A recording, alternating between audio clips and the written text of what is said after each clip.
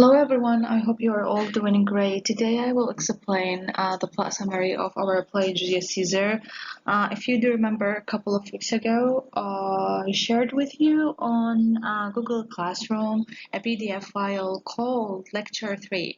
So please try to click on that file because there you will find out our material for today, which is the plot summary of Julius Caesar.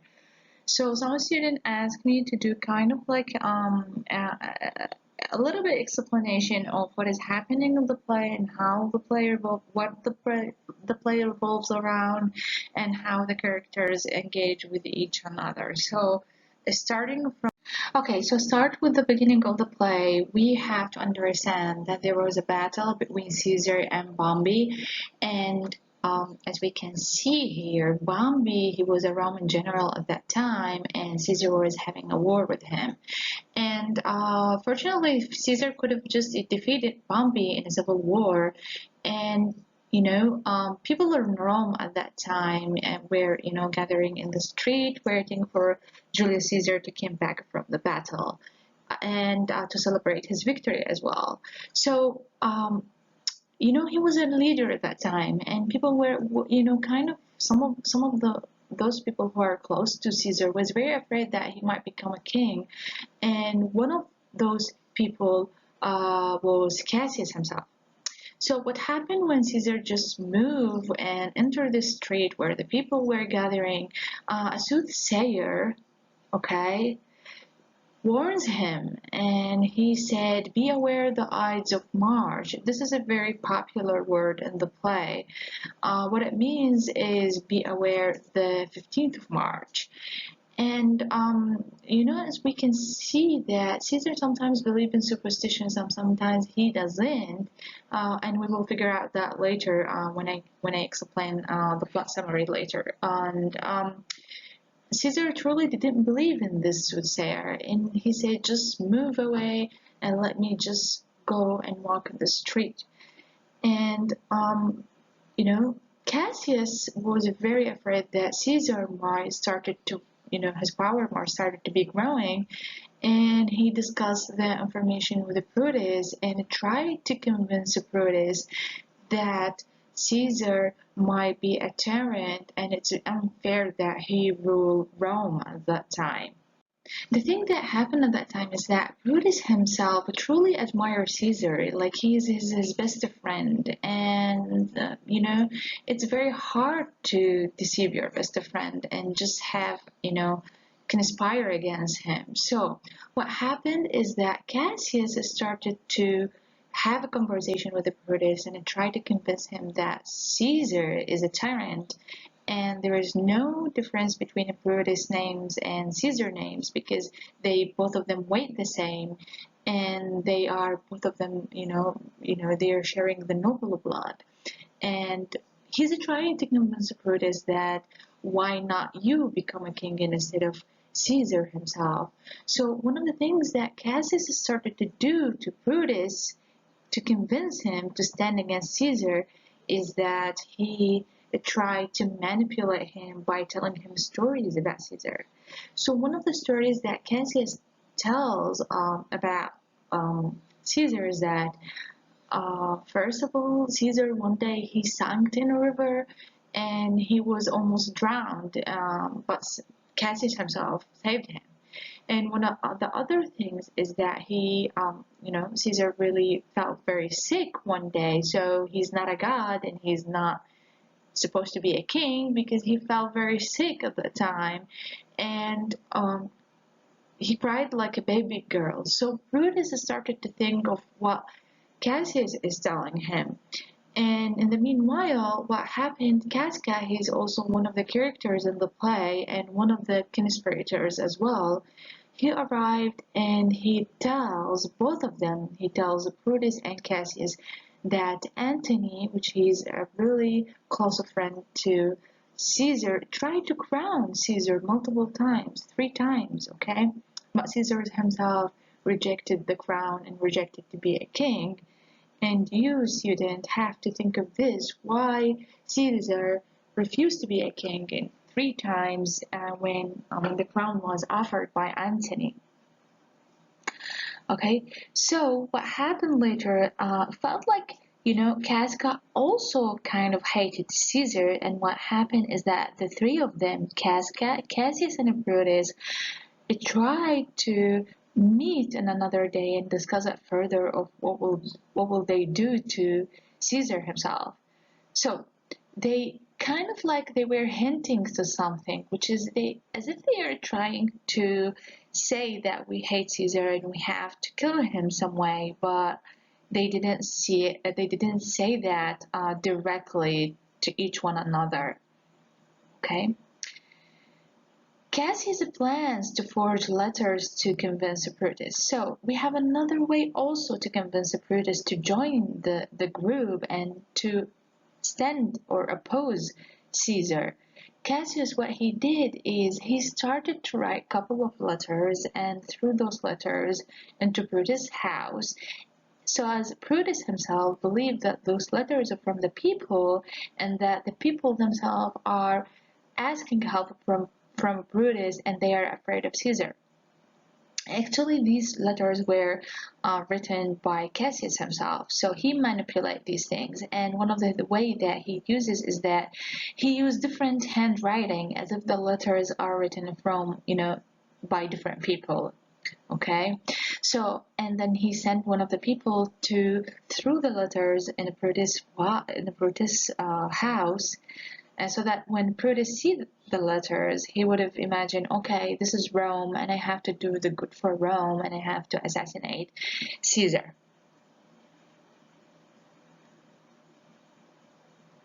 So both of them, Cassius and Casca, decided to go to Brutus' house and meet Brutus, and they decided to do that at night. So the moment they went out the street, it was a very stormy and windy night, and many people at that time witnessed super natural occurrence. And what are the supernatural occurrence? If I ask you a question like this, so one of the things that they saw is a firestorm, and there were a couple of slaves whose hands on fire, but they do not really feel the burn of fire. And there was also a lion running around the capital, and there were very frightened women all over the place, and there is an owl shrieking in the market during the daylight, and there were graves that have yawned and yield up to their dead. So there were a couple of supernatural occurrences that happened at that time that might refer to their deadly, or let's say, to their bad intentions that they are having, or bad things. So these, supernatural occurrence called bad omens. So omens is a very popular, let's say, theme or sign in our play. So both of Cassius and Casca meet the other people who oppose Caesar as if they are gathering a couple of other people such as Julius and many others, and they were heading to Brutus' house to convince him to join them.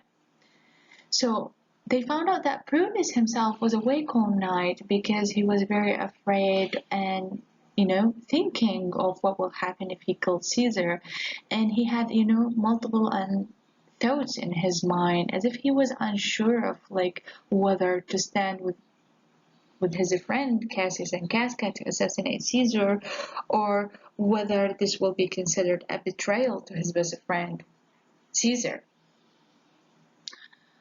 So since Cassius is sending him a lot of letters as if Brutus were truly convinced by what Cassius is telling him, because those letters as if they are people speaking to Brutus, help us from Caesar and help Rome as well. So this is one of the things that were very effective, and they were very powerful in changing Brutus' minds to join the conspirators.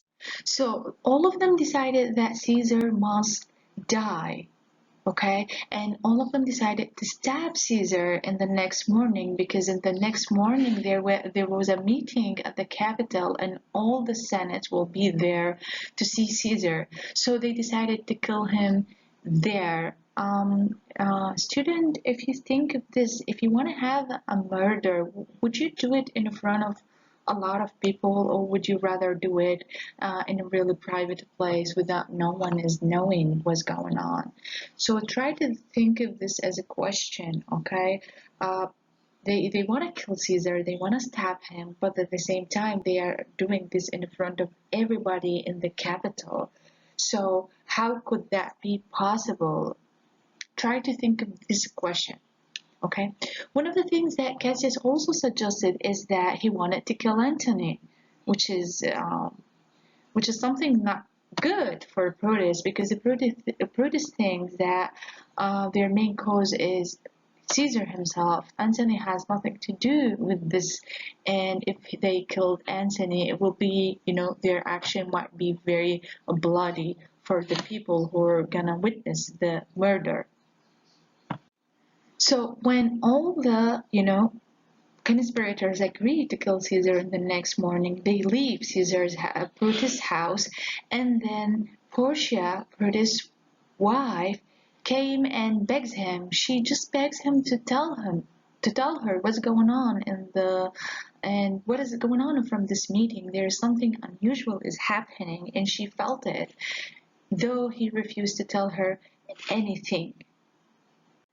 And then if we see that by the end of the play, she stabbed herself because she thinks that she's not, to prove to Brutus himself that she is stronger than any other woman and worthy of his trust, but he didn't trust her and he didn't tell her what is he thinking of.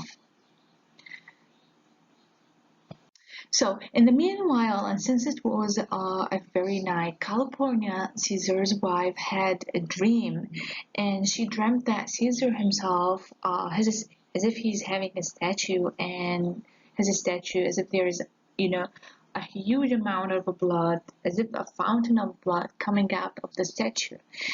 She wakes up from her dream, and she was very, very afraid, and she urged Caesar to stay at home by telling him, stay at home because I feel that there is something wrong will happen this morning. So as if she's, this is also one of the omens. The dream is also one of the omens, and Caesar himself laughs and telling her that I will not stay at home, rather I will go to the capital, because it's nonsense, because he doesn't believe in superstition and in dreams as well. And not only he doesn't believe in superstitions, rather he believed he believed himself as if he's a god figure or someone invincible that cannot be cheated or cannot be hurt by any other person. So Calpurnia herself begged him, and he refused, and he received a guest. His name is Decius, and he's also one of the conspirators who came in the morning to take Caesar to the capital. And Caesar told him, I cannot come to the capital because I myself don't have the will. I don't want to come, not because my wife is telling me not to come. And when Decius asked him what's going on, he said that, okay, Calpurnia dreamt that there is something wrong will happen today, but Decius himself telling him her dream is interpreted in a different way. Your statue will be something very important, and instead of, being a fountain of blood, and that you have to come to the capital, otherwise everybody will laugh at you for not coming because you listened to your wife. So Caesar went with Decius to the capital, and he met the Senate and the people surrounding him. And at the capital, the conspirators came, and they have a dagger, and they stab Caesar in front of everyone. And the last one to stab Caesar was Brutus himself, and it was very, very hard because Caesar himself turned his back and see that Brutus himself is stabbing him, and he told him, et tu Brutus, which is a very popular word in the play, which means even you Brutus, as if he's telling him, even you Brutus, you deceived me. So can you imagine this? It's very hard. Then Caesar falls and dies. So imagine that there is a crime in front of you. What would you do? So there was a huge panic among the Senate. And the conspirators don't know what to do, and they were very afraid that the people either might oppose them or might agree with them. So one of the things I think in my own self and my own thinking, when they killed Caesar, they never thought of what will happen later on. They only agreed upon killing him without thinking of the consequences of this horrible deed, let's say. So, okay. So they were afraid whether the people will support them or oppose them. And, Antony at that time, he was also kind of like he didn't support them, and he asked one of the he asked his servant to go to Brutus and tell him, shall I come and just speak with all of you? And Brutus agreed that Antony to come and speak with him. So Antony came, and as if he, pretends to make himself, um, it pretends that he supports them and he's with them. Though he truly hated what they done with Caesar, because Antony has a great relationship with Caesar himself and he loved him. Okay, so what they decided to do is that both of Brutus and Antony speak up in front of people and speak of their, try to convince people of what is happening. So at the beginning, Brutus give a short speech explaining his reasons for killing Caesar, and he said that I did that for the sake of Rome because I believe that Caesar himself is ambitious and he's growing in power, and we were very afraid that he might hurt the citizens of Rome. For this reason we killed him. And the people truly agreed with the Brutus speech, and they just applaud to him, and he leaves. And then Antony after that came, and he claimed to be supporting Brutus, but he's not, and he started to speak with people and started to stir up their people's emotion by telling them that Caesar was not actually ambitious, though Brutus himself is saying that Caesar is ambitious. He's telling them that he refused the crown 3 times, he was with you, and he was helping each one of you, and he has, written a will, and if you see the will, you would be very, very sad because he left a couple of things for each Roman citizen. And he was very successful in convincing people. So Antony uses one way to stir up the people's, let's say, emotions and thinking. This way is called rhetoric. And rhetoric at the funeral of Caesar is very, very important theme. So what I mean by rhetoric is the use of language in a really effective way, or in a, in a way of persuasion. When you want to persuade something, you use this way of, manipulating the words. So this is what Antony was doing, and he really succeeded in doing that. So when the people were very agreed with what Antony has said about Caesar, so they started, there was a huge anger among them, and they moved towards Brutus' house and Cassius' house and tried to kill them. So what happened? Both of Brutus and Cassius flee Rome, which means they got out of Rome, and because they were afraid that to be killed. Okay, so. Okay, so when they got out of Rome, they formed their own army. So both of Brutus and Cassius had their own army. And then on the other side, we have Antony and Octavius' army. So Octavius, we can say that he is the nephew of Caesar, Caesar's nephew. So of one side, we have Brutus and Cassius army, and the other side we have Antony and Octavius, who is Caesar's nephew, on another side. Okay?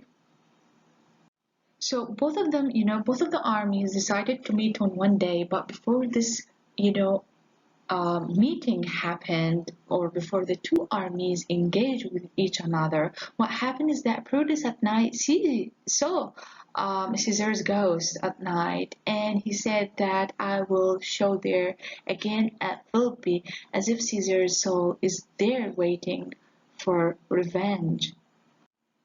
So what happened at the battle is that Brutus' troops defeating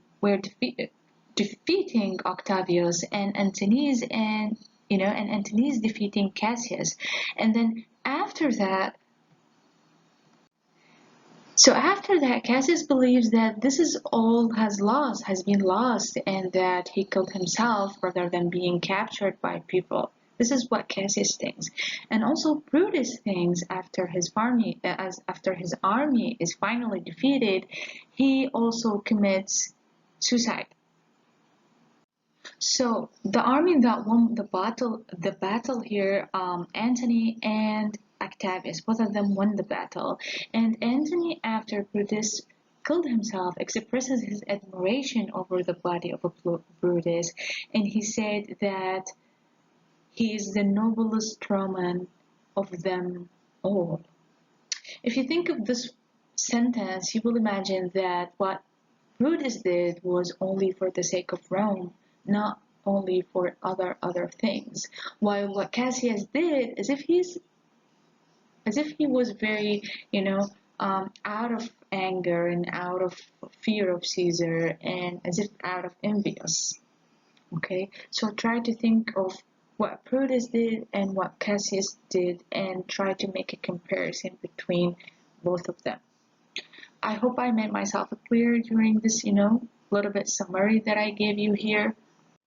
And I hope you stay home and are safe, and I will be downloading another video file so that you can have also a clear idea about what is happening in the play, and I will also explain the characteristics of the characters themselves and the important themes of the play. I hope you stay home and safe. Thank you.